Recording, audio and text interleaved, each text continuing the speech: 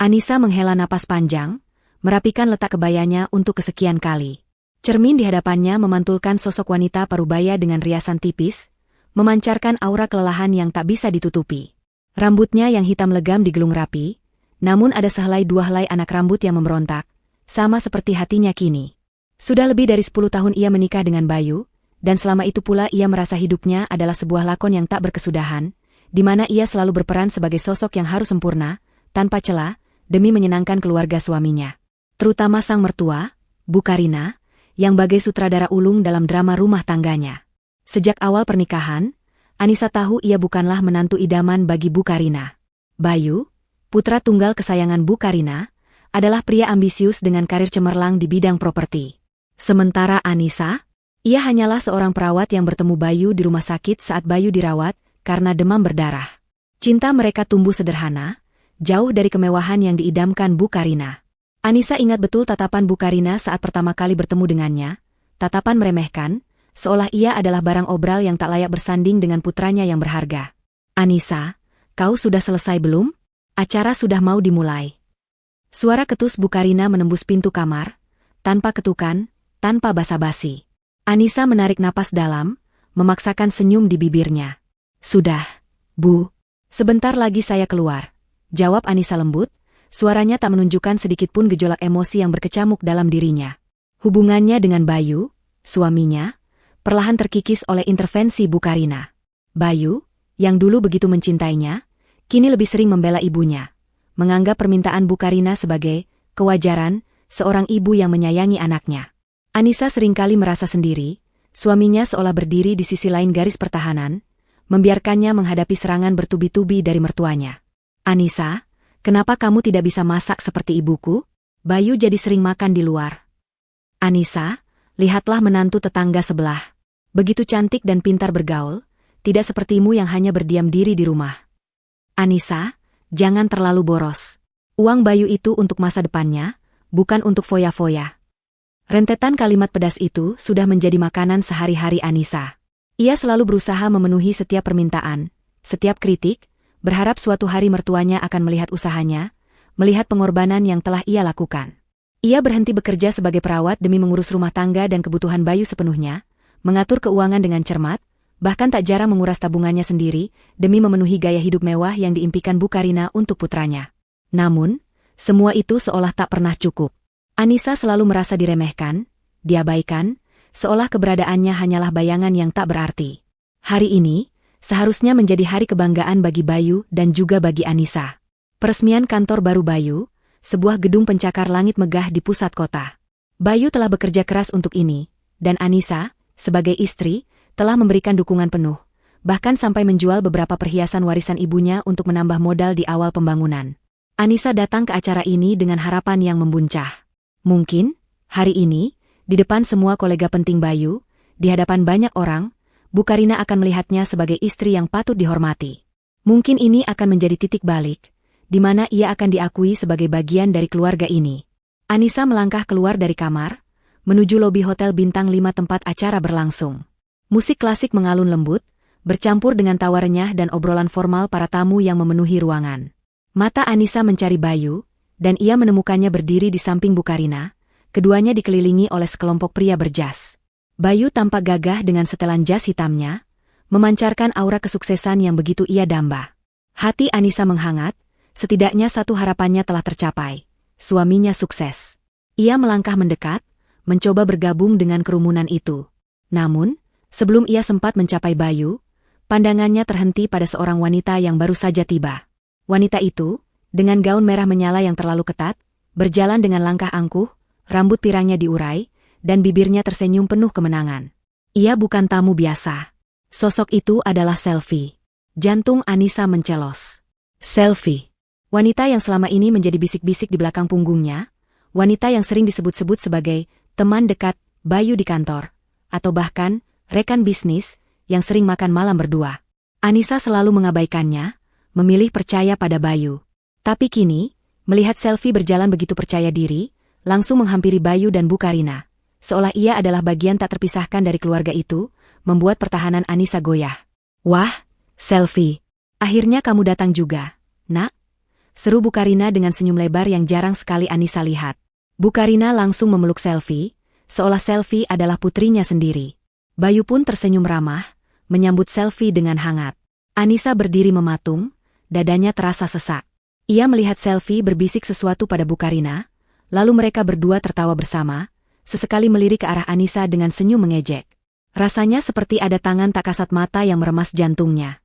Mereka bahkan tak repot-repot menyapanya. Padahal ia adalah istri Bayu, nyonya rumah. Selamat ya, Mas Bayu. Kantornya keren banget. Selvi berkata genit, suaranya sedikit sengau. Semoga sukses selalu ya, dan pastinya bisa membawa perusahaan ini ke puncak tertinggi. Bayu hanya tersenyum dan mengangguk. Ia bahkan tidak memperkenalkan Anissa kepada Selvi, atau memperkenalkan Selvi kepada Anissa. Anissa merasa menjadi figuran dalam cerita hidupnya sendiri. Acara peresmian berlanjut. Sambutan-sambutan singkat, pemotongan pita. Anissa berdiri di belakang, mencoba tersenyum seolah semuanya baik-baik saja. Namun, tatapan-tatapan kasihan dari beberapa kolega yang mengenalnya, atau tatapan sinis dari mereka yang telah mendengar desas-desus, membuatnya semakin merasa kecil. Saat sesi ramah tamah, Bu Karina menghampiri Anissa. Wajahnya yang tadi berseri-seri kini berubah masam. Anissa, kamu itu bagaimana sih? Kenapa tidak membantu melayani tamu? Malah diam saja di pojokan seperti patung. Anissa terkesiap. Maaf, Bu. Saya kira sudah ada pelayan yang mengurusnya. Alasan saja. Kamu itu istri Bayu, harusnya lebih inisiatif. Bu Karina menggerutu, lalu matanya melirik pada meja yang penuh dengan hidangan dan minuman. Sebuah gelas berisi jus jeruk segar tergeletak di sana. Tanpa peringatan, Bu Karina meraih gelas itu. Ini hukuman untukmu, menantu tidak berguna. Tanpa Anissa duga, Bu Karina menyiramkan seluruh isi gelas itu ke arahnya. Jus jeruk dingin membasahi kebaya Anissa, menetes dari rambut hingga ke lantai. Aroma jeruk yang manis kini terasa begitu pahit. Sontak, semua mata tertuju pada mereka. Musik mendadak berhenti. Bisik-bisik langsung merebak, seperti api yang menyambar rumput kering. Anissa merasa seperti patung es yang tiba-tiba dicairkan. Namun bukan karena kehangatan, melainkan karena kedinginan yang menusuk tulang. Wajahnya memerah padam, bukan hanya karena noda jus, tapi karena rasa malu yang luar biasa. Air mata sudah diambang pelupuk, namun ia menahannya sekuat tenaga. Ia bisa merasakan tatapan Selvi yang penuh kemenangan, senyum tipis di bibirnya seolah berkata, rasakan itu, wanita menyedihkan. Malam itu, setelah insiden memalukan di peresmian kantor Bayu, Anissa pulang ke rumah dengan langkah gontai. Kepalanya berdenyut, bukan hanya karena migrain yang tiba-tiba menyerang, tetapi juga karena gejolak emosi yang tak tertahankan di dadanya. Kebaya basah yang masih melekat di tubuhnya terasa dingin, namun tak sedingin tatapan Bayu yang ia dapati saat memasuki rumah. Bayu sudah duduk di sofa ruang tamu, raut wajahnya tegang, seperti menahan amarah yang siap meledak. Dari mana saja kamu? Ibu sangat marah. Apa yang kamu lakukan tadi di sana? Pertanyaan itu meluncur dari bibir Bayu bahkan sebelum Anissa sempat membuka mulut. Tidak ada kekhawatiran, tidak ada simpati, hanya tuduhan. Anissa tercekat. Ia mengharapkan pelukan, atau setidaknya kata-kata menenangkan. Tapi yang ia dapatkan hanyalah serangan balik. Aku? Apa yang aku lakukan? Ibu yang menyiramku, Bayu, di depan banyak orang. Kamu melihatnya sendiri, kan? Suara Anissa bergetar, mencoba menahan air mata yang kembali mendesak. Bayu berdiri, melangkah mendekat, namun bukan untuk memeluknya. Anissa, kamu tahu ibu itu sensitif. Kenapa kamu tidak bisa sedikit saja mengerti? Seharusnya kamu lebih proaktif, bukannya malah diam saja. Proaktif?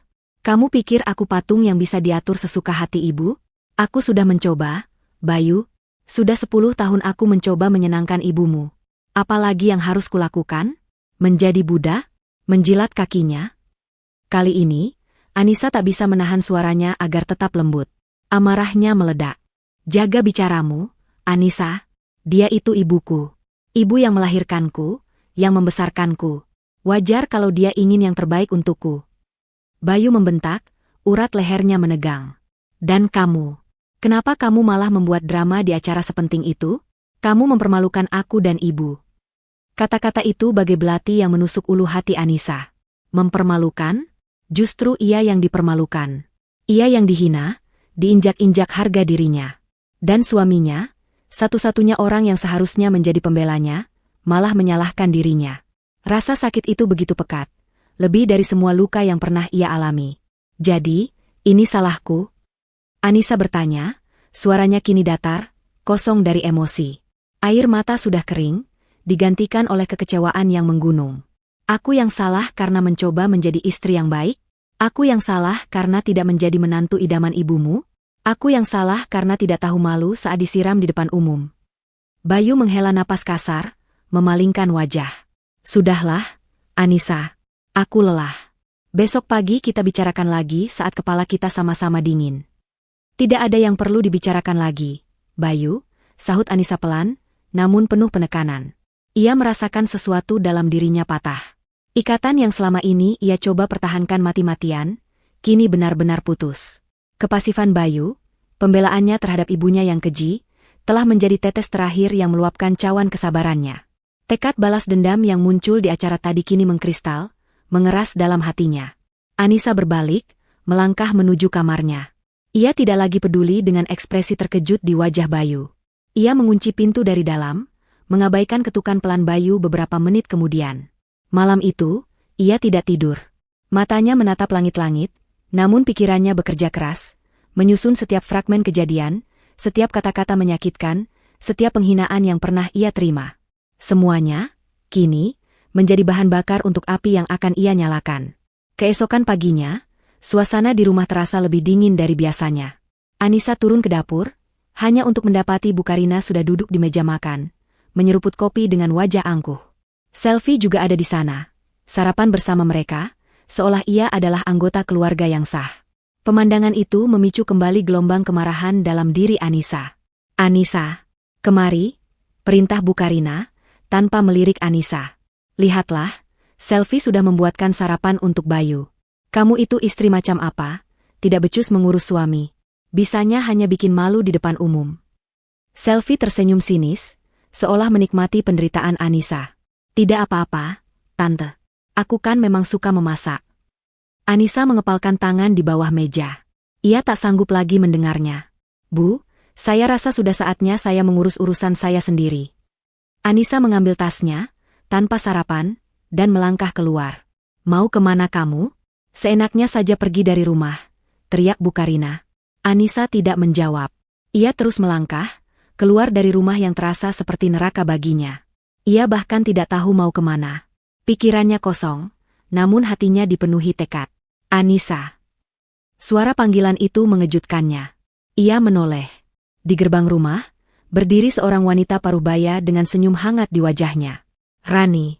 Rani adalah sahabat karib Anissa sejak SMA, sosok yang selalu ada untuknya, pendengar setia yang tak pernah menghakimi. Rani adalah perawat senior di rumah sakit tempat Anissa dulu bekerja, dan mereka sering bertemu di luar jam kerja. Ran? Anissa merasakan kelegaan yang luar biasa. Air mata yang selama ini ia tahan, akhirnya luruh juga. Ia berlari memeluk Rani, membenamkan wajahnya di bahu sahabatnya. Ada apa, Nis? Kamu kenapa? Rani mengusap punggung Anissa, membiarkannya menangis. Ia pasti sudah mendengar kabar dari teman-teman mereka yang menghadiri acara kemarin. Di sebuah kafe sederhana, Anissa menceritakan semuanya pada Rani, dari awal pernikahannya yang penuh perjuangan, hingga insiden penyiraman yang memilukan di peresmian kantor Bayu. Ia tak melewatkan detail sekecil apapun, termasuk sikap Bayu yang pasif dan pembelaannya terhadap ibunya.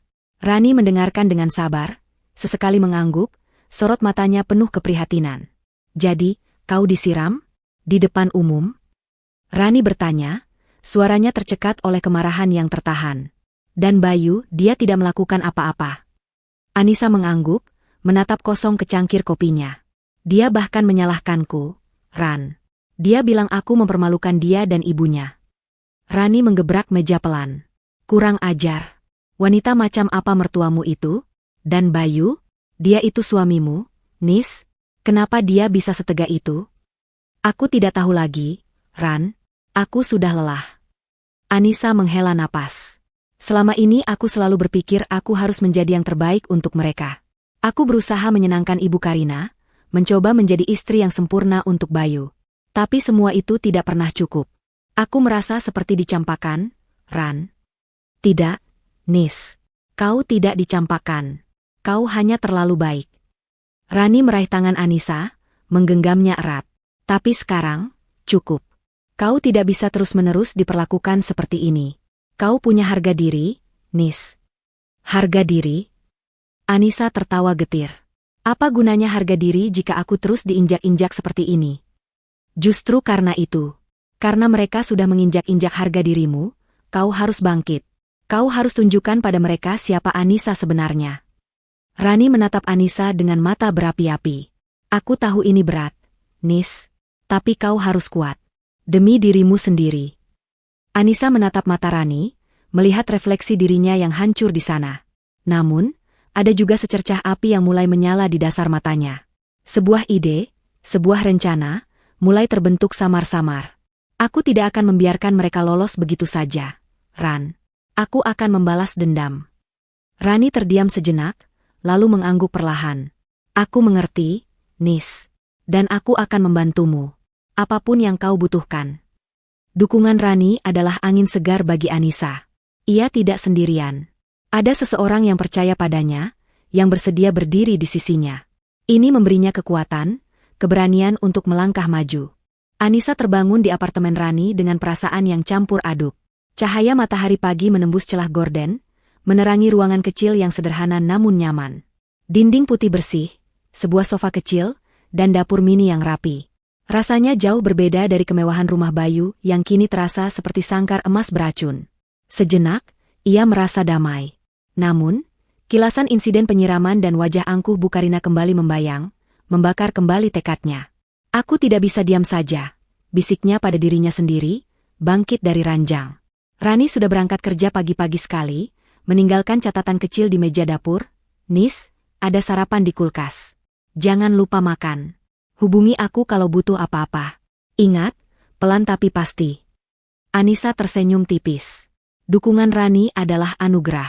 Ia mengambil ponselnya, yang selama ini lebih banyak digunakan untuk menerima perintah atau keluhan dari mertuanya, dan mulai mencari kontak lama yang mungkin bisa membantunya.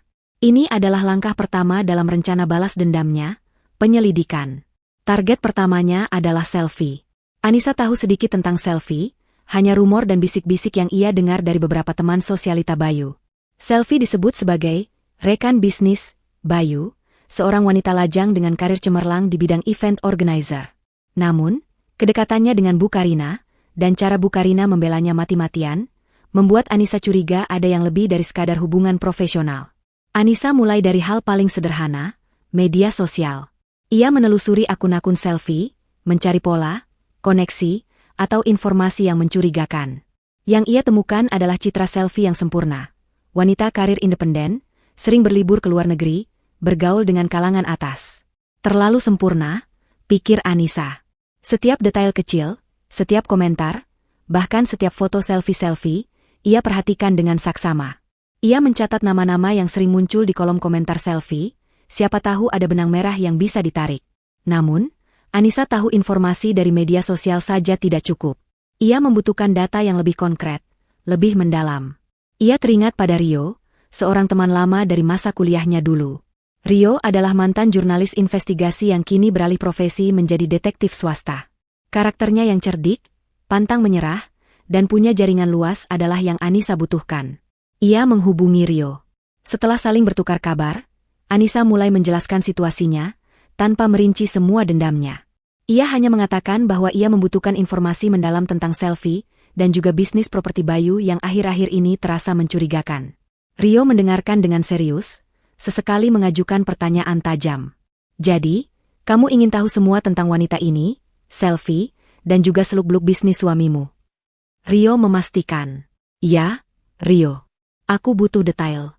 Setiap hal kecil yang bisa kau temukan. Latar belakang keluarganya, aset-asetnya, riwayat pekerjaannya, bahkan detail sekecil apapun tentang gaya hidupnya. Dan untuk bisnis Bayu, aku ingin tahu semua transaksinya, terutama yang besar-besar, dan juga semua rekan bisnisnya. Anissa menegaskan. Rio mengangguk. Ini akan memakan waktu dan biaya, Anissa. Kau yakin? Aku yakin. Berapapun biayanya, aku akan bayar. Anissa sudah menyiapkan diri. Ia masih memiliki beberapa simpanan pribadi yang selama ini ia sisihkan, jauh dari jangkauan Bayu dan Bu Karina. Selagi Rio memulai penyelidikannya, Anissa beralih ke langkah berikutnya, mengamankan aset. Ini adalah bagian krusial yang ia diskusikan dengan Rani. Jika nanti terjadi perceraian, ia tidak mau kehilangan apapun yang menjadi haknya, atau bahkan aset yang ia sumbangkan secara tidak langsung. Pertama, ia menghubungi bank. Selama ini, sebagian besar aset finansial mereka berada dalam rekening gabungan atau atas nama Bayu. Namun, ada beberapa tabungan kecil yang ia miliki atas namanya sendiri, dari uang saku yang ia sisihkan atau hadiah dari orang tuanya dulu. Ia segera menarik semua uang itu dan memindahkannya ke rekening baru di bank lain, yang hanya ia ketahui. Ia juga mengurus pembukaan brankas pribadi untuk menyimpan dokumen-dokumen penting. Kemudian, ia mulai mengumpulkan semua dokumen terkait pernikahan dan kepemilikan. Surat nikah, akta kelahiran, sertifikat rumah yang dulu mereka beli bersama, walaupun sebagian besar atas nama Bayu, bukti transfer uang dari tabungannya untuk modal awal bisnis Bayu, bahkan kwitansi-kwitansi pembelian barang mewah yang sering dibangga-banggakan Bu Karina, yang sebenarnya dibayar dari hasil keringat Anissa sendiri. Ia juga membuat salinan digital dari semua dokumen tersebut, menyimpannya di cloud dan hard drive terenkripsi. Langkah ini ia lakukan dengan sangat hati-hati, memastikan tidak ada jejak yang bisa dilacak oleh Bayu atau Bu Karina. Saat Anissa sedang sibuk dengan tumpukan dokumen, sebuah pesan masuk dari Rio. Ia sudah mendapatkan beberapa informasi awal yang menarik. Anissa, aku menemukan sesuatu tentang Selfie, pesan Rio. Dia memang bekerja sebagai IO, tapi beberapa tahun lalu, dia sempat terlibat skandal penggelapan dana kecil di perusahaan lamanya. Kasusnya ditutup karena ada campur tangan pihak berkuasa. Namanya juga sempat terseret dalam kasus penipuan investasi, tapi lagi-lagi menghilang tanpa jejak. Jantung Anissa berdegup kencang. Ini dia. Sisi gelap Selfie. Pihak berkuasa? Siapa? Rio? Masih belum jelas. Tapi dari jejak digital yang minim, sepertinya ada koneksi ke lingkaran orang-orang berpengaruh di Semarang. Mungkin ada hubungannya dengan bisnis properti. Pikiran Anissa langsung mengarah pada Bayu. Mungkinkah Bayu yang menutupi jejak Selfie? Atau mungkin ada orang lain yang lebih besar di belakang mereka? Tak lama setelah itu, Rio mengirimkan informasi lain yang jauh lebih mengejutkan. Anissa, aku juga menemukan sesuatu yang menarik tentang bisnis properti Bayu. Ada beberapa proyek besar yang pendanaannya tidak transparan. Sepertinya ada aliran dana gelap yang masuk dari perusahaan-perusahaan cangkang, dan beberapa transaksi pembelian lahan yang tidak wajar. Anissa merinding. Aliran dana gelap? Perusahaan cangkang? Ini bisa jadi terkait dengan praktik korupsi atau pencucian uang. Dan jika Bayu terlibat, maka Bu Karina pasti tahu. Ibu dan anak itu tidak bisa dipisahkan dari lingkaran kebohongan ini. Inilah kelemahan keluarga suami yang ia cari. Rio juga menemukan bahwa ada beberapa masalah hukum yang nyaris terkuak terkait izin pembangunan proyek terbaru Bayu, proyek yang baru saja diresmikan kantornya. Ada rumor tentang suap di balik izin itu, Anissa. Salah satu pejabat dinas tata kota yang mengurus izin tersebut mendadak mengundurkan diri dan menghilang, tepat setelah izin Bayu keluar. Anissa merasakan darahnya mendidih. Jadi, di balik kemegahan dan kesuksesan yang selama ini ia sangka hasil kerja keras Bayu semata, ternyata ada begitu banyak kotoran. Ada intrik, korupsi, dan mungkin saja kejahatan yang lebih besar. Informasi ini adalah amunisi yang sangat kuat.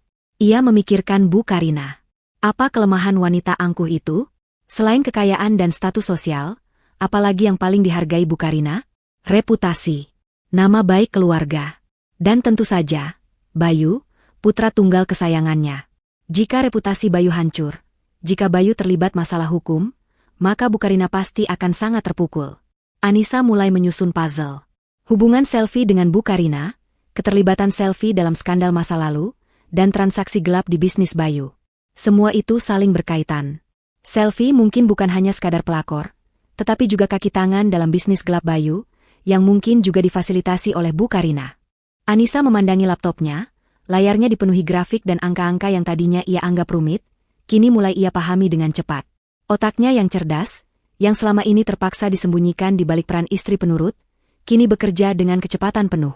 Data yang dikumpulkan Rio adalah peta harta karunnya. Informasi tentang aliran dana gelap, perusahaan cangkang, dan izin proyek yang dicurigai suap. Ini adalah celah, retakan pertama yang akan ia buat pada fondasi kokoh yang selama ini menopang Bayu dan Bu Karina. Rani, setelah pulang kerja, mendapati Anissa masih di depan laptop, dengan tumpukan dokumen. Ada aura baru pada Anissa, sebuah ketajaman yang belum pernah ia lihat sebelumnya. Nis, kau tidak tidur semalaman? Tanya Rani, prihatin. Anissa menoleh, matanya berkilat. Aku tidak bisa tidur. Ran, otakku terus bekerja. Aku menemukan sesuatu yang sangat menarik tentang proyek baru Bayu. Ia menjelaskan detail temuan Rio, indikasi suap dalam proses perizinan gedung kantor baru Bayu. Salah satu pejabat dinas tata kota yang mengurus izin tersebut, mendadak mengundurkan diri dan menghilang tak lama setelah izin itu keluar. Informasi ini memang hanya rumor, bisik-bisik di kalangan tertentu, namun Rio berhasil mendapatkan sedikit bukti pendukung berupa dokumen internal yang mencurigakan dan rekaman percakapan samar. Ini bisa menghancurkan reputasi mereka. Ran, Anissa berbisik, nadanya penuh perhitungan. Terutama jika sampai ke telinga media atau lembaga anti korupsi. Tapi bagaimana caranya? Nis, kita tidak bisa terang-terangan menuduh begitu saja tanpa bukti yang sangat kuat, ujar Rani, realistis. Mereka punya pengacara dan koneksi. Anissa tersenyum tipis. Kita tidak akan menuduh, Ran. Kita akan menanam benih kecurigaan. Biarkan benih itu tumbuh dan meledak sendiri. Strategi pertamanya adalah serangan tidak langsung. Ia tidak akan langsung menyerang Bayu atau Bu Karina, melainkan menargetkan reputasi proyek baru tersebut, dan secara tidak langsung, reputasi Bayu dan perusahaannya. Anissa menggunakan koneksi lamanya, seorang mantan teman kantor Bayu yang dulu pernah menaruh hati padanya. Pria itu, bernama Bimo, kini bekerja di sebuah majalah bisnis terkemuka. Anissa tahu Bimo memiliki integritas tinggi dan selalu menjunjung kebenaran dalam jurnalisme. Anissa menghubungi Bimo, meminta untuk bertemu untuk sekadar minum kopi. Saat bertemu, ia berhati-hati. Anissa tidak langsung menceritakan masalah rumah tangganya atau niat balas dendamnya. Ia hanya berbicara santai tentang dunia properti, tentang bagaimana persaingan bisnis yang semakin ketat, dan bagaimana terkadang ada saja jalur belakang yang digunakan untuk mendapatkan kemudahan. Aku mendengar desas-desus. Bim, Anissa memulai, suaranya dibuat seolah ragu. Tentang beberapa proyek besar di Semarang, terutama yang baru-baru ini diresmikan. Katanya, ada isu miring soal perizinannya. Bimo menatapnya tajam. Sebagai jurnalis, ia peka terhadap informasi semacam ini. Isu apa, Nis? Yah, hanya obrolan di kalangan teman-teman. Katanya, ada pejabat yang mendadak hilang setelah mengeluarkan izin proyek tertentu. Tapi mungkin cuma rumor murahan. Anissa tersenyum seolah meremehkan, justru untuk memancing rasa penasaran Bimo. Aku tidak tahu detailnya, tapi salah satu proyek yang disebut-sebut adalah gedung baru properti Bayu. Bimo langsung mencatat di ponselnya. Gedung baru Bayu? PT Bangun Jaya Properti? Anissa mengangguk ringan. Tapi sekali lagi, Bim, ini cuma desas-desus. Jangan sampai salah tangkap. Aku hanya mendengar sekilas. Tidak apa-apa, Nis. Justru desas-desus seperti ini yang seringkali mengandung kebenaran. Aku akan coba cari tahu lebih dalam, kata Bimo, matanya berbinar. Ia adalah jurnalis investigasi yang handal, dan Anissa tahu Bimo akan menggali informasi ini hingga ke akar-akarnya. Ia bahkan tidak perlu memberikan bukti langsung. Cukup menanamkan benih kecurigaan. Beberapa hari kemudian, sebuah artikel kecil muncul di kolom investigasi majalah bisnis tempat Bimo bekerja. Judulnya samar, namun isinya menohok, audit izin pembangunan, bayangan transaksi mencurigakan di proyek properti ternama. Artikel itu tidak menyebut nama Bayu atau perusahaannya secara langsung, namun detail yang diberikan sangat spesifik, merujuk pada gedung kantor baru yang baru saja diresmikan di Semarang. Disebutkan adanya indikasi kejanggalan dalam proses perizinan, pengunduran diri mendadak seorang pejabat dinas, dan potensi aliran dana tidak wajar. Anissa tersenyum saat membaca artikel itu. Serangan pertamanya berhasil. Ini adalah pukulan kecil, namun berdampak besar pada reputasi Bayu dan perusahaannya. Investor mulai gelisah, mencari tahu kebenaran di balik rumor tersebut. Bank-bank yang menjalin kerjasama pun mulai menanyakan kejelasan. Di sisi lain, reaksi di rumah Bayu mulai terlihat. Anissa masih sesekali datang untuk mengambil barang-barang pribadinya, dan setiap kali ia datang, suasana terasa tegang. Bu Karina terlihat gelisah. Bayu, kamu ini bagaimana sih? Kantor baru kok sudah ada berita miring begini. Bu Karina membentak Bayu di telepon, suaranya terdengar sampai ke ruang tamu tempat Anissa sedang mengemasi beberapa bukunya. Siapa yang berani menyebarkan gosip busuk ini? Pasti musuh-musuh bisnismu. Bayu terdengar frustrasi. Tidak tahu, Bu. Semuanya mendadak. Aku sudah minta pengacara untuk melacak sumbernya. Anissa tersenyum tipis. Mereka mulai merasakan ada yang tidak beres, tetapi mereka tidak menyangka bahwa Anissa adalah dalangnya. Kecurigaan mulai tumbuh di antara mereka, namun bukan terhadap Anissa. Mereka mungkin akan saling curiga, atau menyalahkan pesaing bisnis. Jangan-jangan ini ulah si Hendra itu, Bu? Dia kan memang selalu iri dengan kesuksesanku. Terdengar suara Bayu dari telepon. Bu Karina mendengus. Bisa jadi. Atau jangan-jangan si Budi, dia kan pernah berseteru denganmu soal tender itu. Mereka sibuk menunjuk jari ke segala arah, kecuali pada Anissa. Itu persis seperti yang Anissa inginkan. Benih kecurigaan sudah tertanam. Anissa mulai merasakan pergeseran kekuatan. Ia tidak lagi menjadi wanita yang pasif dan mudah ditindas. Dengan setiap langkah yang ia ambil, ia mendapatkan kembali kekuatannya. Ia tidak lagi gemetar saat berhadapan dengan Bu Karina, tidak lagi menunduk saat Bayu membentaknya. Ada aura tenang dan dingin yang menyelimuti dirinya, sebuah aura yang membuat Bu Karina dan Bayu tanpa sadar merasa sedikit terintimidasi. Suatu sore, saat Anissa kembali ke rumah untuk mengambil beberapa pakaian, ia berpapasan dengan Selvi di ruang tamu. Selvi tampak tidak sesegar biasanya, ada lingkaran hitam tipis di bawah matanya. Sepertinya kabar tentang bisnis Bayu juga sampai kepadanya. Wah, nyonya rumah, sindir Selvi, bibirnya tersenyum tipis, namun matanya memancarkan kegelisahan. Akhirnya pulang juga. Anissa tidak membalas sindiran itu. Ia hanya menatap Selvi lurus-lurus, dengan tatapan yang tenang namun tajam. Aku hanya mengambil barang-barangku. Rumah ini bukan lagi tempat yang nyaman bagiku. Selvi tertawa sinis. Oh, benarkah? Kalau begitu, baguslah. Nona bisa tidur nyenyak di tempat lain, dan Mas Bayu bisa fokus dengan pekerjaannya tanpa gangguan. Gangguan? Anissa menaikkan alis. Atau mungkin kau yang menjadi gangguannya? Selvi, kudengar proyek baru Mas Bayu sedang bermasalah. Apa ada hubungannya dengan dirimu? Wajah Selvi langsung berubah. Senyumnya luntur. Apa maksudmu? Tidak ada maksud apa-apa, jawab Anissa santai, meraih tasnya. Hanya bertanya. Tapi kudengar dari teman-teman di luar, kalau ada yang bermain curang dalam bisnis, cepat atau lambat pasti akan terbongkar. Anissa memantau situasi dari kejauhan. Artikel yang disebar Bimo telah menciptakan gelombang kecil kecurigaan, mengganggu ketenangan Bayu dan Bu Karina. Namun, itu baru permulaan. Ia tahu target berikutnya yang harus dihancurkan adalah Selvi. Selvi adalah duri dalam dagingnya, simbol pengkhianatan dan kehinaan yang ia rasakan. Lebih dari itu, Selvi adalah kartu as Bu Karina, seorang wanita yang dielu-elukan mertuanya sebagai menantu idaman, bahkan di depan mata Anissa sendiri. Bagaimana, Nis? Artikelnya sudah mulai membuat mereka panik, tanya Rani melalui telepon, suaranya terdengar antusias. Lumayan. Mereka sibuk mencari kambing hitam, jawab Anissa tenang. Ia kini sedang duduk di sebuah kafe, pura-pura membaca buku sambil memperhatikan lalu lalang orang. Tapi ini belum cukup. Aku ingin mereka saling makan.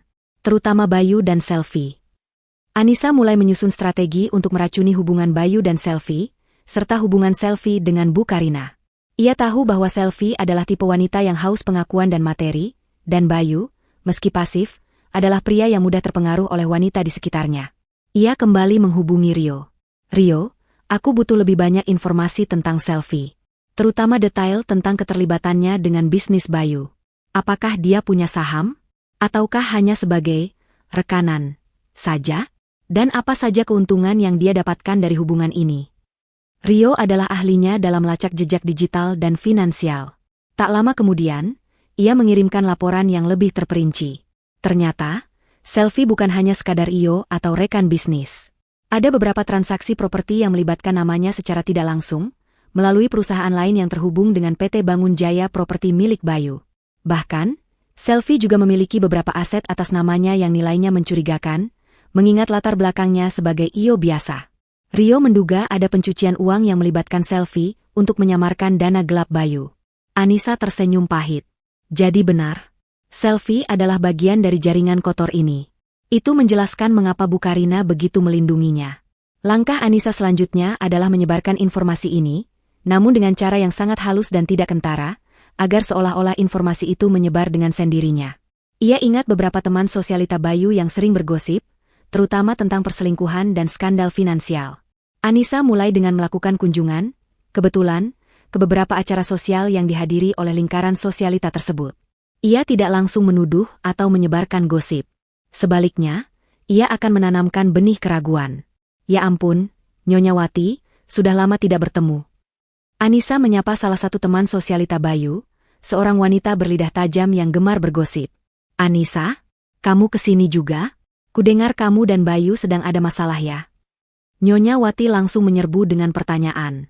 Anissa menghela napas, memasang wajah sedih yang sempurna. Begitulah, Bu. Suami saya sedang banyak pikiran karena bisnisnya sedang goyah. Kabar anginnya, ada orang dalam yang bermain curang. Apalagi dengan adanya isu pejabat yang ditangkap karena korupsi izin proyek itu.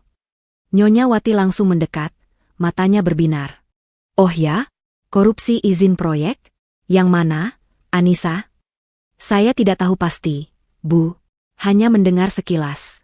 Tapi yang saya tahu, salah satu orang terdekat Mas Bayu juga terlibat. Bahkan Ibu Karina juga sepertinya tahu banyak. Anissa berbicara dengan nada polos, seolah ia hanya korban yang tak tahu apa-apa. Saya kan cuma istri, tidak tahu menahu urusan bisnis. Tapi kalau sampai dana perusahaan yang saya bantu sewaktu awal dulu juga ikut masuk ke sana-sini, kan kasihan Mas Bayu. Orang terdekat? Siapa? Selfie? Nyonya Wati memicingkan mata, insting gosipnya langsung menyala. Anissa mengangkat bahu, seolah enggan menjawab. Saya tidak berani sebut nama, Bu. Saya cuma ingin Mas Bayu sukses. Tapi kalau ada tikus di lumbungnya, kan bahaya. Percakapan serupa ia lakukan dengan beberapa orang lain di lingkaran sosialita itu. Ia tidak menyebut Selfie secara langsung sebagai pelakor. Namun ia mengaitkan Selfie dengan orang terdekat yang bermain curang dalam bisnis Bayu. Ia tahu bahwa para sosialita ini akan menambahkan bumbu dan menyebarkannya seperti api. Gosip tentang orang terdekat Bayu yang terlibat korupsi bisnis dan kedekatan abnormalnya dengan mertua Anissa mulai menyebar. Tidak hanya itu, Anissa juga menggunakan cara lain. Ia membuat beberapa akun anonim di forum daring lokal dan grup media sosial yang sering digunakan untuk berbagi informasi dan keluhan tentang bisnis properti di Semarang. Dengan sangat hati-hati, ia menuliskan postingan samar yang mengisyaratkan adanya permainan kotor dalam proyek properti baru Bayu, dan menyebutkan adanya wanita pirang yang terlibat dalam transaksi mencurigakan, serta kedekatan wanita itu dengan pemilik proyek dan ibunya. Ia juga menyisipkan beberapa bukti samar berupa screenshot transaksi yang tidak jelas, namun cukup untuk memicu keraguan. Anissa tahu bahwa penyebaran informasi seperti ini akan efektif. Informasi yang tersebar secara halus, tidak terang-terangan, akan lebih mudah dipercaya karena terkesan seperti bocoran dari orang dalam. Dampaknya tidak butuh waktu lama untuk terlihat. Minggu berikutnya, Anissa mendengar dari Rani bahwa ada pertengkaran hebat antara Bayu dan Selfie di kantor. Seorang teman Rani yang bekerja di gedung yang sama, diam-diam memberitahukan hal ini. Bayu membentak Selfie di depan umum. Nis, kudengar Bayu menuduh Selfie membocorkan sesuatu tentang proyek mereka. Lapor Rani, bersemangat. Anissa tersenyum puas. Rencananya berhasil. Bayu pasti telah mendengar gosip yang disebarkan Anissa, atau mungkin artikel yang disebar Bimo telah memicu kecurigaannya terhadap Selfie. Konflik internal di antara Bayu dan Selfie mulai tampak. Selfie, yang biasanya tampil percaya diri dan genit, kini terlihat lebih sering murung dan marah-marah.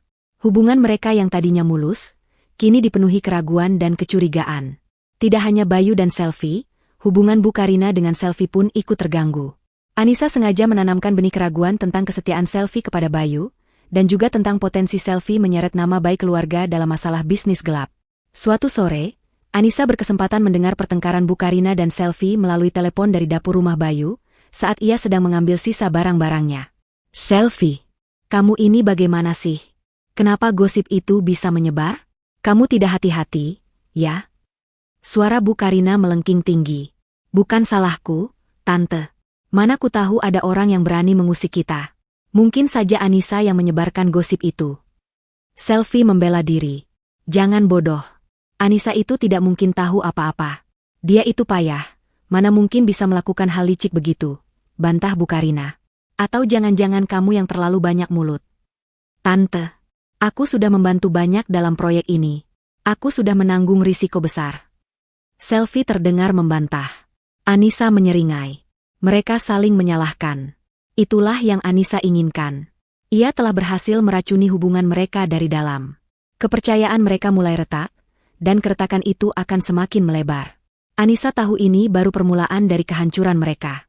Selfie, yang tadinya menjadi ancaman baginya, kini justru menjadi senjata yang bisa ia gunakan untuk menghancurkan Bayu dan Bu Karina dari dalam.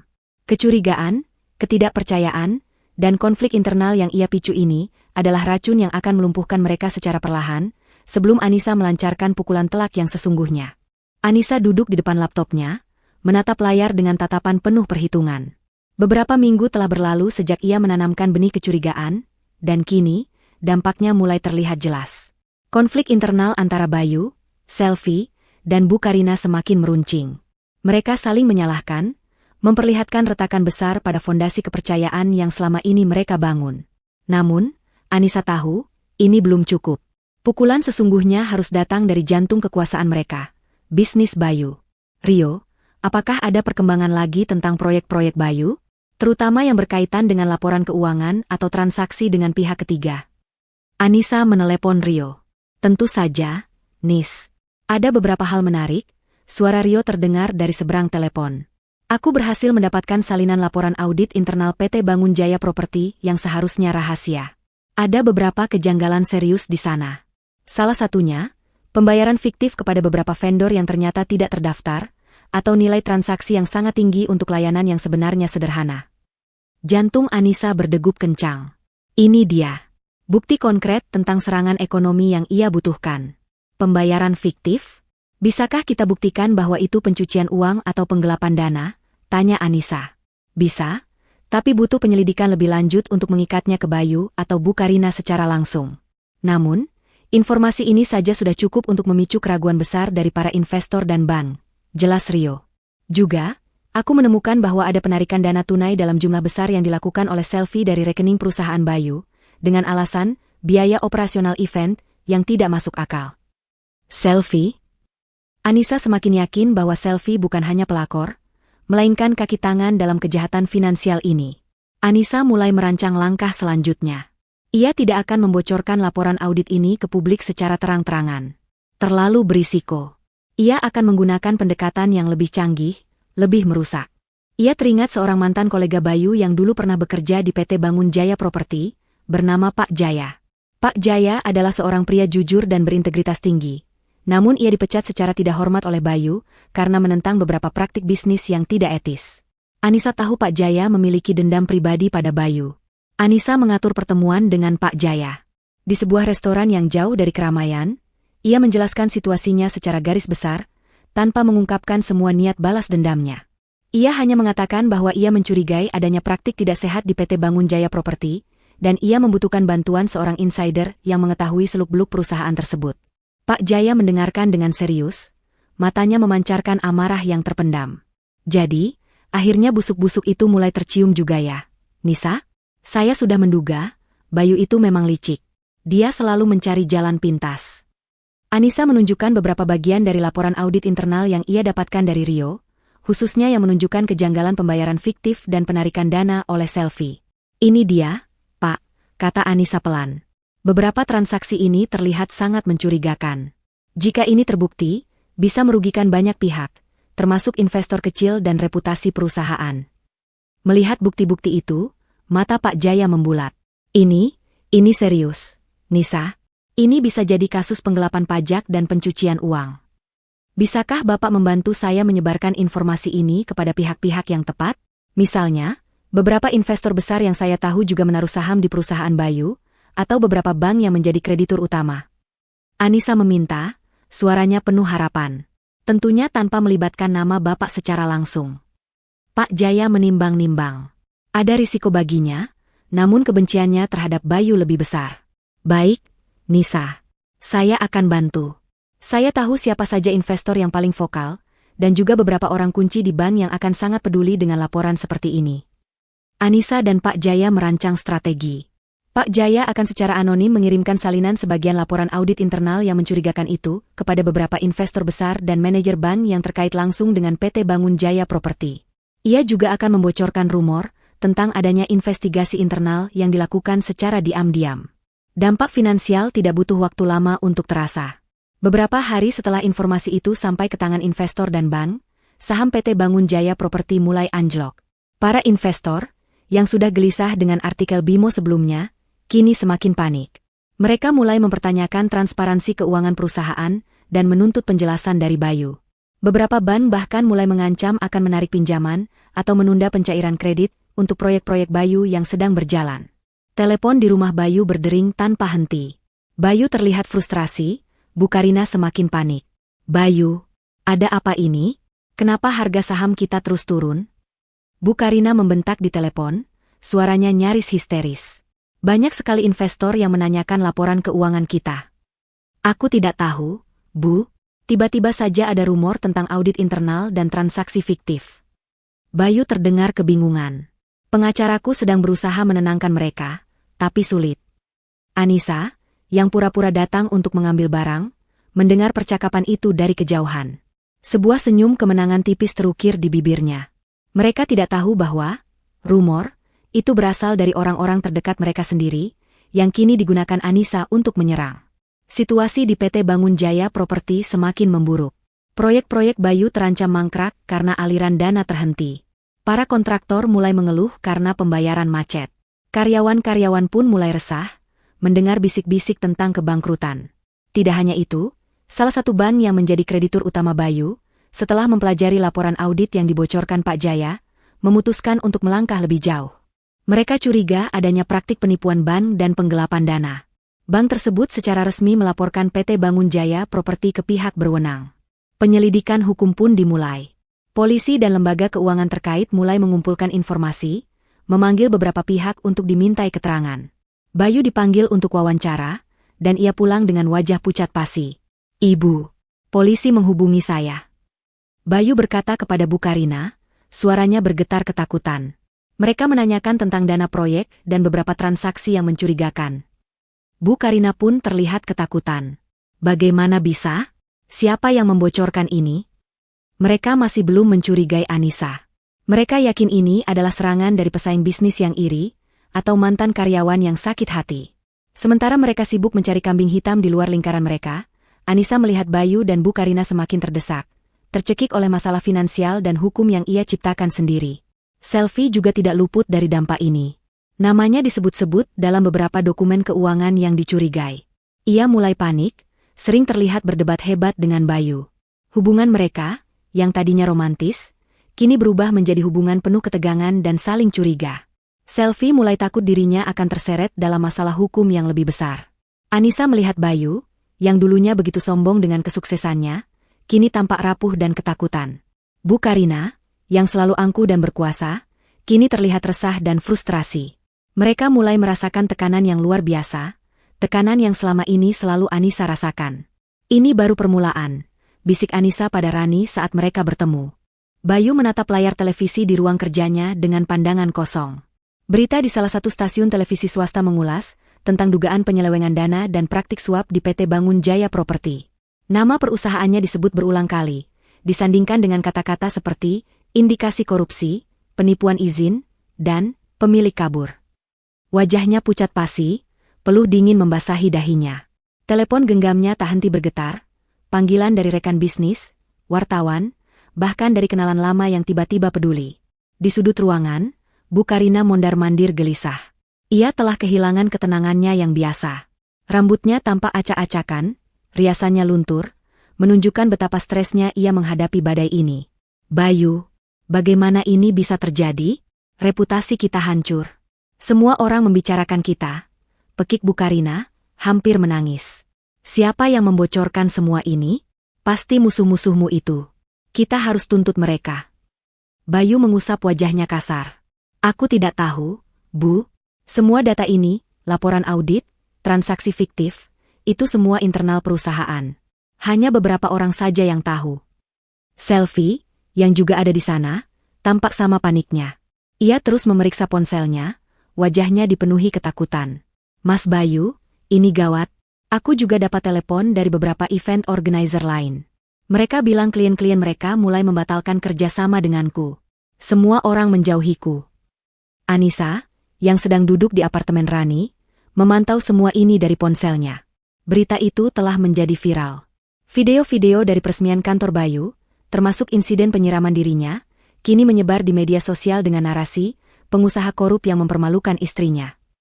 Masyarakat Semarang, bahkan nasional, mulai membicarakan skandal ini. Reaksi media dan masyarakat benar-benar di luar dugaan mereka. Kau lihat, Ran? Ini lebih cepat dari yang aku duga, bisik Anissa pada Rani, matanya memancarkan kepuasan dingin.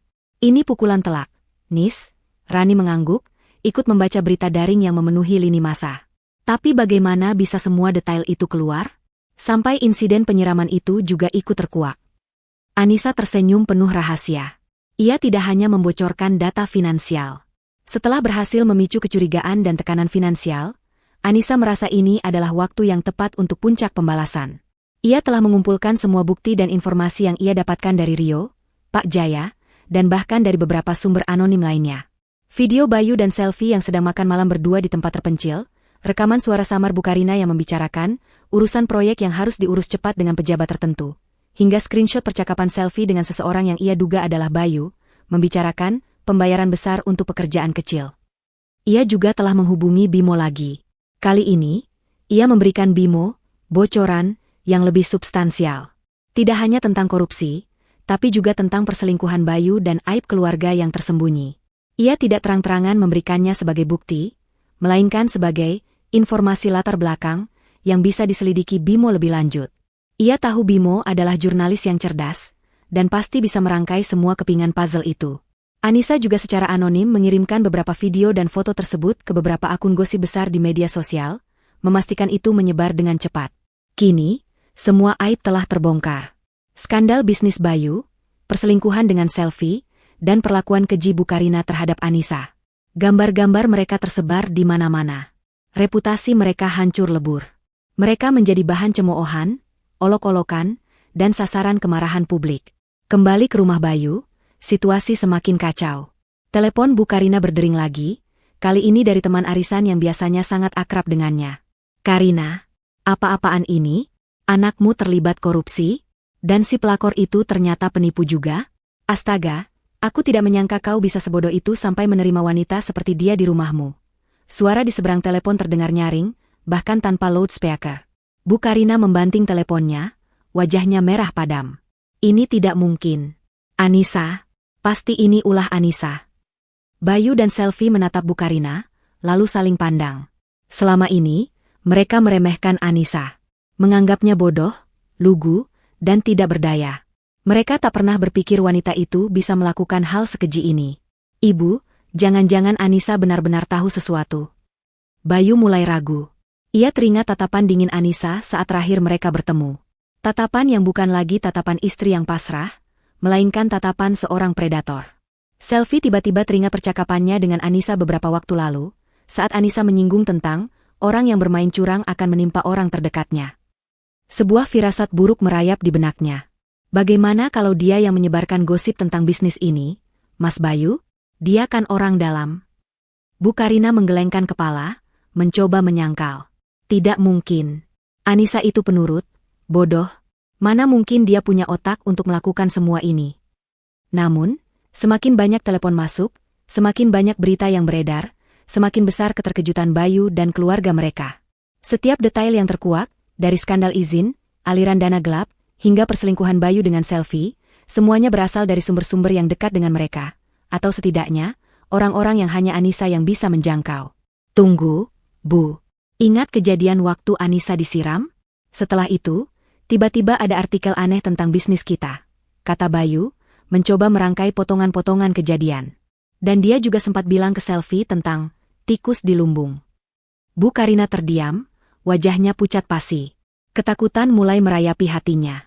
Ia ingat bagaimana Anissa tidak lagi menangis, tidak lagi memohon. Anissa hanya menatapnya dengan tatapan kosong, penuh arti. Tidak mungkin.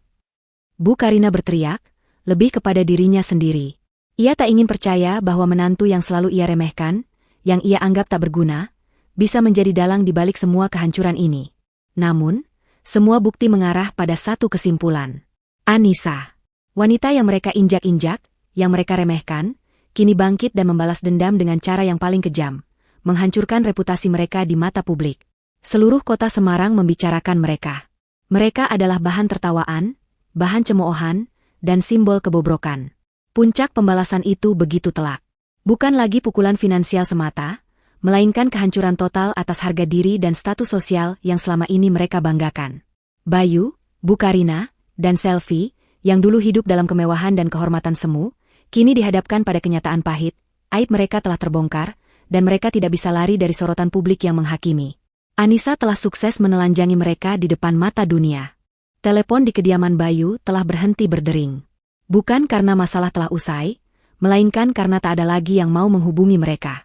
Berita tentang skandal korupsi di PT Bangun Jaya Properti, perselingkuhan Bayu dengan Selvi, dan perlakuan keji Bu Karina terhadap Anissa telah tersebar luas, menjadi konsumsi publik yang panas di Semarang. Media massa tak henti-hentinya mengulas setiap detail, memperburuk citra mereka hingga ke titik terendah. Bayu duduk di sofa, tatapannya kosong. Ia tak lagi peduli dengan penampilannya yang berantakan, dasi yang melonggar, dan kemeja kusut. Di depannya, Bu Karina terus mondar-mandir, sesekali mengumpat dan menyalahkan semua orang kecuali dirinya. Selvi, yang biasanya bersikap angkuh, kini hanya diam di pojok ruangan. Sesekali terisak pelan sambil memegangi ponselnya yang terus menunjukkan notifikasi berita negatif tentang dirinya. Kehidupan mereka yang dulu penuh gemerlap, kini hancur lebur dalam sekejap. Di tengah kekacauan itu, sebuah surat datang. Sampulnya putih, dengan nama Anissa tercetak jelas sebagai pengirim. Bayu membuka surat itu dengan tangan gemetar. Isinya adalah gugatan cerai. Anissa tidak hanya mengajukan gugatan cerai, ia juga menuntut hak-haknya secara penuh. Ia meminta pembagian harta gonogini secara adil, termasuk aset-aset yang ia sumbangkan, dan menuntut ganti rugi atas kerugian material dan imaterial akibat perlakuan Bu Karina dan perselingkuhan Bayu. Yang paling mengejutkan, Anissa juga menyertakan bukti-bukti transaksi fiktif dan aliran dana gelap dari PT Bangun Jaya Properti yang melibatkan Bayu dan, secara tidak langsung, Selvi. Anissa meminta pengadilan untuk mempertimbangkan aspek kriminal dari kasus ini dalam pembagian harta, bahkan mengusulkan agar harta yang didapat secara tidak sah disita oleh negara, atau dialihkan sebagai bagian dari ganti rugi kepadanya. Tidak. Ini tidak mungkin. Bu Karina menjerit, merebut surat itu dari tangan Bayu. Dia mau merampas semuanya. Wanita licik itu. Bayu terdiam. Ia tahu, dengan bukti-bukti yang Anissa miliki, kasus ini akan sangat berat bagi mereka. Anissa bukan lagi Anissa yang pasrah. Ia telah berubah menjadi musuh yang cerdas dan kejam. Tak lama setelah gugatan cerai Anissa diterima, panggilan dari kantor polisi kembali datang. Kali ini, bukan lagi sekadar wawancara. Bayu dan Bu Karina dipanggil untuk dimintai keterangan lebih lanjut terkait kasus penggelapan dana dan korupsi di perusahaan mereka.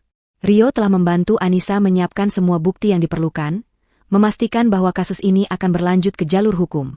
Konsekuensi hukum mulai terasa nyata. Beberapa hari kemudian, Bayu dan Bu Karina dibawa ke kantor polisi untuk pemeriksaan intensif. Selvi juga tidak luput. Dengan bukti transaksi mencurigakan yang mengaitkannya dengan dana perusahaan Bayu, ia juga diinterogasi terkait keterlibatannya dalam dugaan pencucian uang. Media massa meliput setiap perkembangan. Gambar Bayu dan Bu Karina yang keluar masuk kantor polisi tersebar di mana-mana. Reputasi mereka sudah hancur. Kini, mereka harus menghadapi kemungkinan mendekam di penjara. Hidup mereka yang tadinya dipenuhi kemewahan, kini porak-poranda. Rekening Bank Bayu diblokir sebagai bagian dari investigasi. Proyek-proyek yang sedang berjalan mandek total. Karyawan-karyawan PT Bangun Jaya Properti, yang sudah beberapa bulan tidak digaji, mulai melayangkan tuntutan hukum. Aset-aset mewah yang selama ini menjadi kebanggaan Bu Karina, seperti mobil-mobil mewah dan perhiasan berliannya, terancam disita untuk menutupi kerugian perusahaan dan denda hukum. Aku tidak punya apa-apa lagi, Ibu, Bayu berkata dengan suara serak, wajahnya tertunduk di hadapan Bu Karina. Semua sudah hancur. Bisnisku, reputasiku, semua karena wanita itu. Bu Karina menatap putranya, air mata mengalir di pipinya. Wanita angkuh yang selalu penuh percaya diri itu kini terlihat rapuh. Bagaimana bisa Anissa melakukan ini pada kita? Bayu, kita sudah memberinya segalanya. Memberi segalanya? Anissa, yang kebetulan datang ke rumah untuk mendampingi beberapa petugas yang menyita barang bukti, mendengar percakapan itu. Ia berdiri di ambang pintu, menatap mereka dengan tatapan dingin. Kalian memberi saya penghinaan, Bu. Kalian memberi saya rasa sakit. Kalian memberi saya janji kosong dan pengkhianatan. Bayu mendongak, menatap Anissa dengan mata penuh kebencian dan ketakutan. Kau iblis, Anissa. Kau merampas segalanya dari kami. Anissa tidak gentar. Kalianlah yang merampas segalanya dariku, Bayu. Kalian merampas harga diriku, kepercayaanku, kebahagiaanku. Dan sekarang, aku hanya mengambil kembali apa yang seharusnya menjadi milikku. Kalian hanya menuai apa yang kalian tanam. Ia berbalik, meninggalkan mereka dalam kehancuran. Hidup yang berantakan adalah buah dari kesombongan dan kejahatan mereka. Keuangan hancur, reputasi rusak, dan hubungan keluarga porak-poranda. Rumah mewah yang dulu menjadi simbol kesuksesan mereka, kini terasa seperti kuburan impian. Pukulan bertubi-tubi itu adalah balasan yang setimpal, sebuah simfoni kehancuran yang Anissa mainkan dengan sempurna. Anissa berdiri di balkon apartemen Rani, memandangi kerlip lampu kota Semarang yang membentang di bawahnya. Malam itu, udara terasa dingin, namun hatinya terasa tenang. Berita-berita tentang Bayu dan Bu Karina masih mendominasi portal berita online dan program gosip televisi. PT Bangun Jaya Properti resmi dinyatakan bangkrut. Aset-aset mereka disita. Bu Karina dan Bayu kini berstatus tersangka dalam kasus penggelapan pajak dan pencucian uang, terancam hukuman penjara yang panjang. Selfie pun tidak luput, ia juga ditetapkan sebagai tersangka dalam kasus yang sama, terkait keterlibatannya dalam transaksi fiktif. Melihat penderitaan mereka dari kejauhan, Anissa tidak merasakan ledakan kepuasan yang membara seperti yang ia bayangkan. Tidak ada tawa kemenangan, tidak ada euforia. Yang ada hanyalah rasa keadilan yang terpenuhi, seperti beban berat yang akhirnya terangkat dari pundaknya. Ia telah mendapatkan kembali apa yang seharusnya menjadi miliknya, harga diri dan keadilan. Rani bergabung dengannya di balkon, menyodorkan secangkir teh hangat. "Bagaimana perasaanmu, Nis?" tanyanya lembut. Anissa menyeruput tehnya, uap hangat membelai wajahnya. "Entahlah, Ran, rasanya lega. Tapi juga kosong. Aku sudah menghabiskan begitu banyak energi dan waktu untuk membalas dendam ini." "Wajar saja, Nis. Itu bukan hal yang mudah," Rani mengangguk. "Tapi setidaknya, mereka mendapatkan balasan yang setimpal." Bayu, yang dulunya gagah dan sombong, kini terlihat kurus dan lesu. Bu Karina, yang selalu tampil glamor dan berkuasa, kini tampak kuyu dan tak berdaya. Mereka harus menjual rumah mewah mereka untuk menutupi sebagian kerugian dan biaya hukum. Keluarga besar mereka, yang dulunya selalu menyanjung Bu Karina dan Bayu, kini menjauhi mereka. Teman-teman sosialita Bu Karina yang dulu selalu mengelilinginya, kini berpaling muka. Mereka tak lagi diundang ke acara-acara bergengsi, nama mereka menjadi aib. Reaksi lingkungan sosial terhadap mereka sangatlah keras. Mereka menjadi paria, dikucilkan dari lingkaran pertemanan dan bisnis. Bisik-bisik dan tatapan menghakimi selalu mengikuti kemanapun mereka pergi. Mereka kehilangan segalanya, kekayaan, status, dan bahkan dukungan sosial. Mereka menjadi terisolasi dan menderita, terpenjara dalam kehinaan yang mereka ciptakan sendiri. Anissa mendengar kabar dari Rio bahwa Bayu sempat mencoba menghubungi dirinya, meminta pengampunan dan penarikan gugatan. Namun, Anissa menolak dengan tegas. Ia tidak ingin lagi ada kontak dengan mereka. Pintu hatinya sudah tertutup rapat. Mungkin, di sudut hati Bayu atau Bu Karina, ada penyesalan yang terlambat. Penyesalan karena telah meremehkan Anissa, karena telah memperlakukannya seperti sampah, karena telah dibutakan oleh kesombongan dan keserakahan. Namun, penyesalan itu datang terlalu terlambat. Kerusakan yang mereka timbulkan sudah terlalu parah, dan Anissa sudah terlalu jauh melangkah untuk kembali. Mereka sudah kehilangan segalanya. "Nis," kata Rani suatu hari, menunjukkan sebuah artikel berita terbaru. Bahkan Selfie juga dijauhi oleh keluarganya.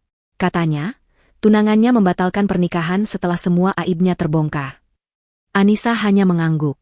Ia tidak merasakan kegembiraan dari penderitaan Selfie, namun juga tidak merasakan simpati. Selfie adalah pion dalam permainan kotor mereka, dan ia telah menerima konsekuensinya. Malam itu, Anissa tidur dengan nyenyak untuk pertama kalinya dalam waktu yang sangat lama.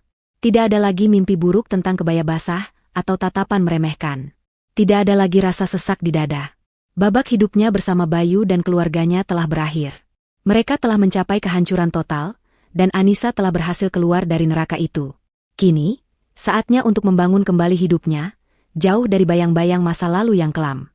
Mentari pagi di Semarang menyinari kamar Anissa di apartemen Rani, tidak lagi terasa pahit seperti dulu, melainkan membawa serta janji akan awal yang baru. Anissa bangkit dari tempat tidur, meregangkan tubuhnya. Ia menatap pantulan dirinya di cermin. Bukan lagi Anissa yang lelah, sendu, dan penuh keputusasaan. Di sana terpancar sosok wanita dengan mata yang lebih tajam, sorot yang lebih kuat, dan senyum yang tipis namun tulus.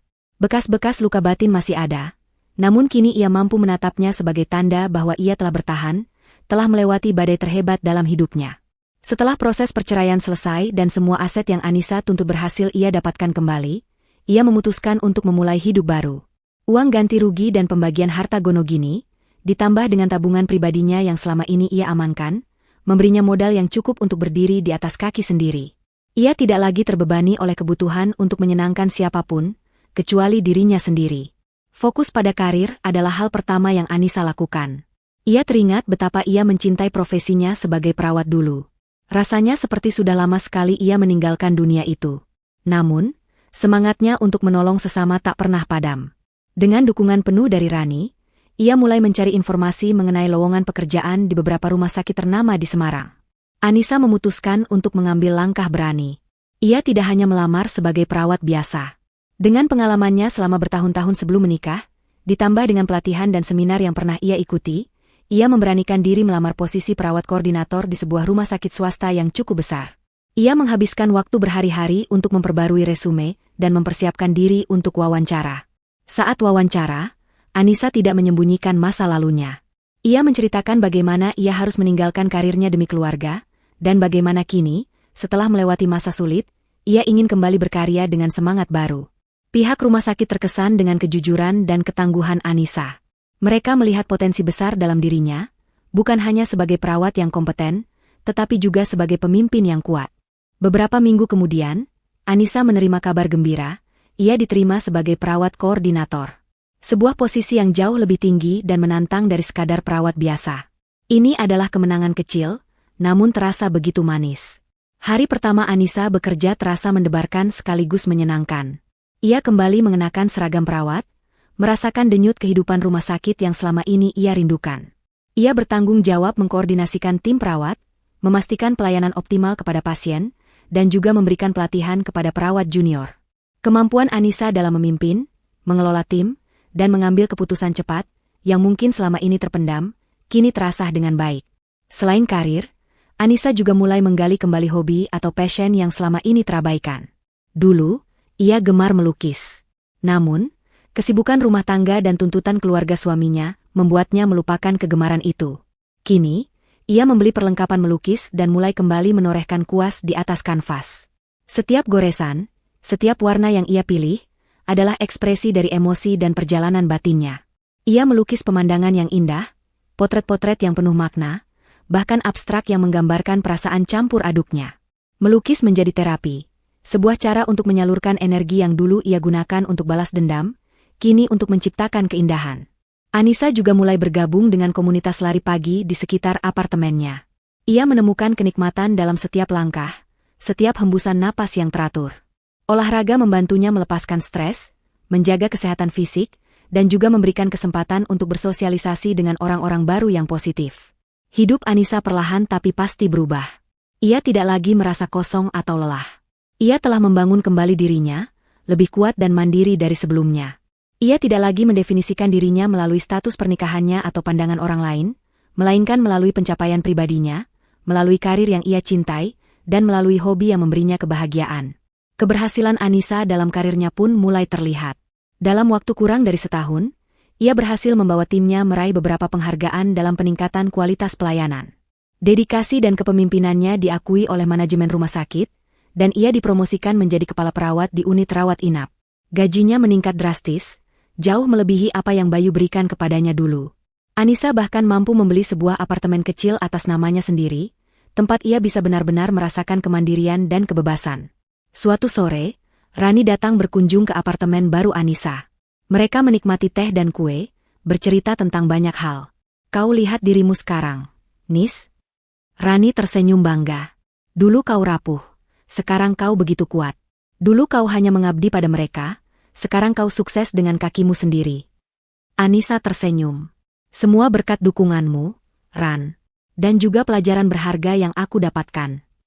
Ia merenungkan perjalanan balas dendamnya. Awalnya, ia hanya ingin mereka merasakan sakit yang sama. Ia ingin menghancurkan mereka. Dan ia berhasil. Namun, di tengah semua kehancuran itu, ia juga menemukan kembali dirinya sendiri. Pelajaran berharga yang ia petik adalah bahwa balas dendam, meskipun memberikan kepuasan sesaat, tidak akan pernah membawa kedamaian sejati jika hanya itu yang dikejar. Kedamaian datang dari penerimaan diri, dari memaafkan diri sendiri atas kesalahan di masa lalu, dan dari fokus pada pembangunan diri. Ia menyadari bahwa kekuatannya bukanlah terletak pada seberapa besar ia bisa menjatuhkan orang lain, melainkan pada seberapa besar ia bisa bangkit dari keterpurukan. Kebahagiaannya bukan tergantung pada kehancuran Bayu dan Bu Karina, melainkan pada bagaimana ia menciptakan kebahagiaannya sendiri. Anissa tidak lagi membenci mereka. Perasaan itu telah digantikan oleh rasa kasihan yang samar. Ia telah melihat kehancuran mereka, dan ia tahu itu adalah konsekuensi dari perbuatan mereka sendiri. Dendamnya telah terlunasi, dan kini, ia bebas. Bebas dari belenggu masa lalu, bebas dari bayang-bayang mereka. Anissa yang baru kini berdiri tegak, mandiri, dan penuh harapan.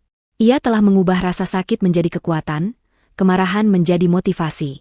Babak baru hidupnya telah dimulai, dan kali ini, Anissa adalah penulis skenarionya, dengan akhir cerita yang ia tentukan sendiri. Musim berganti, tahun-tahun berlalu. Semarang terus berdenyut dengan segala hiruk-pikuknya. Namun bagi Anissa, kota ini kini menyimpan kenangan pahit yang telah berhasil ia ubah menjadi kekuatan. Apartemennya yang nyaman kini benar-benar terasa seperti rumah, tempat ia bisa menjadi dirinya sendiri seutuhnya. Lukisan-lukisan indah menghiasi dinding, mencerminkan ketenangan batin yang ia raih. Aroma kopi favoritnya selalu mengepul setiap pagi, menemani Anissa mempersiapkan diri untuk hari yang produktif. Anissa yang baru telah sepenuhnya bangkit. Karirnya sebagai kepala perawat terus menanjak. Namanya dikenal sebagai sosok yang kompeten, adil, dan inspiratif. Ia sering diundang menjadi pembicara dalam seminar-seminar kesehatan, membagikan pengalamannya tentang kepemimpinan dan manajemen tim. Kesuksesan finansialnya pun mengikuti. Ia kini memiliki kebebasan untuk bepergian, mengeksplorasi hobi baru, dan memberikan sebagian hartanya untuk kegiatan sosial yang selama ini ia impikan. Dalam kehidupannya yang damai, Anissa tidak lagi mencari cinta secara aktif. Ia percaya, jika memang ada takdir untuk itu, maka ia akan datang sendiri. Dan takdir itu memang datang. Bukan dari kalangan pengusaha kaya atau pria ambisius, melainkan dari dunia yang selama ini menjadi bagian hidupnya, dunia medis. Ia bertemu dengan Dr. Surya, seorang dokter spesialis jantung yang baru bergabung di rumah sakitnya. Dr. Surya adalah pria yang tenang, berwibawa, dan memiliki empati yang luar biasa. Ia adalah seorang duda dengan seorang putri remaja, memiliki kedewasaan dan ketulusan hati yang Anissa dambakan. Mereka memulai hubungan yang perlahan, didasari rasa saling hormat dan pengertian. Dr. Surya tidak pernah mempermasalahkan masa lalu Anissa. Justru ia mengagumi kekuatan dan ketangguhan Anissa yang berhasil bangkit dari keterpurukan. Bersama Dr. Surya, Anissa menemukan kembali makna kehangatan keluarga, bukan lagi keluarga yang menuntut, melainkan yang menerima apa adanya. Putri Dr. Surya pun dengan cepat dekat dengan Anissa, menemukan sosok ibu yang lembut dan bijaksana. Sementara Anissa menikmati kebangkitannya, nasib Bayu, mertuanya, dan Selvi justru semakin memburuk. Setelah semua aib mereka terbongkar dan kasus hukum menjerat, kehidupan mereka benar-benar hancur. Bayu divonis bersalah atas kasus penggelapan pajak dan pencucian uang. Ia dijatuhi hukuman penjara 5 tahun dan denda yang sangat besar. Aset-asetnya yang tersisa, termasuk sisa kepemilikan saham di PT Bangun Jaya Properti yang sudah bangkrut, disita untuk menutupi denda dan ganti rugi. Dari pengusaha sukses yang disegani, Bayu kini menjadi narapidana, hidup dalam penyesalan dan kehinaan di balik jeruji besi lapas Kedung Pane. Mimpi-mimpi mewahnya hancur tak bersisa, digantikan oleh dinding sel yang dingin. Bu Karina, yang juga divonis bersalah atas keterlibatannya, mendapatkan hukuman yang lebih ringan karena faktor usia dan penyakit yang dideritanya.